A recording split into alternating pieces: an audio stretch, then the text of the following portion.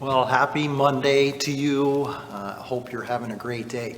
Some of you out there may be more of a poetry aficionado than you realize, because there's nothing like the ring of a carefully crafted word. It sticks in our minds. Then add a good tune to it, and you have something that is powerful. It's one of the reasons why every generation has its own music. Because lyric words that have a ring to them, stand out in our mind.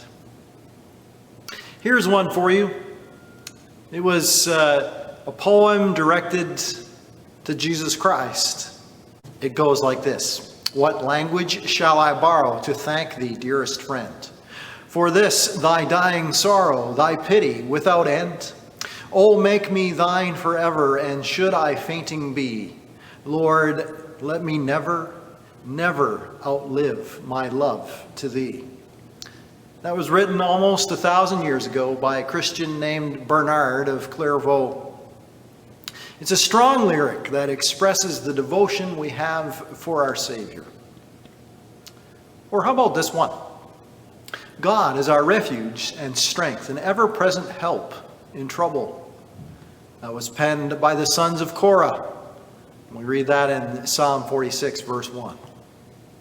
Hundreds of years before Jesus Christ was on the face of the planet, these sons of Korah came together and penned these mighty words.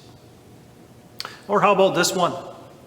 Who, being in very nature God, did not grasp equality with him, but made himself nothing, and took on a servant's nature. That was Paul. We can read that in Philippians chapter 2. As it were, it's poetry for our soul. So when you hear that clear ring of the carefully crafted word, remember that those words that we put together offer up a praise to our Savior. I hope you can join with me on Sunday evening at 6 o'clock.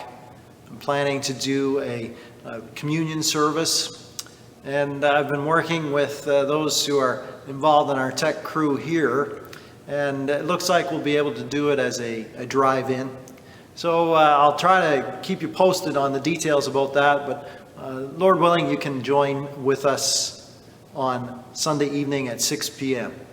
I'll be sending it out through the Gary Baptist Church YouTube page. It'll be live there, and I guess the advantage of using YouTube is that it'll stay there on the channel. So if you can't make it there for 6 o'clock on Sunday evening to join us for the live stream, you can pick that up in your home when you are able to. Before I go, speaking of carefully crafted words, the joke today is on me. You see, a pastor, I guess, has to write many different things. Well, I've had my fair share of bloopers along the way. The one that perhaps stands out the most was the day that I confused the fact that if you drop an N or if you add an N, it can make quite a difference. So since then, I've been careful about the many things that I have to write and put out, because what I had written was not what I intended. There were windows that needed to be fixed in the parsonage where we lived, and I had written it as part of a report that I was submitting to a business meeting. Well, the problem is I left out the N. And so what I presented in my report was that the widows in the parsonage need to be fixed. One of the careful eyes within the meeting didn't bat an eye and asked the question, "So, Pastor, how many widows do you have in the parsonage?"